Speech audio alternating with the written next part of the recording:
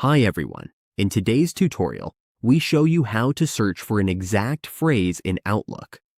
If you often struggle to find specific emails quickly, this tutorial will help you locate messages with precision. On your Microsoft Outlook dashboard, go to the search bar at the top. Before searching for a specific phrase, all we need to do is wrap the words in quotation marks. Type the words exactly as they appear.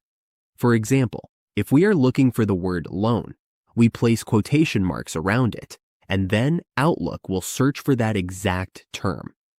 Once we press enter, the matching email will appear right here in the search results.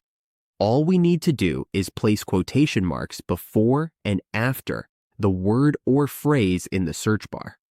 This helps us find emails containing exact phrases without scrolling through hundreds of messages.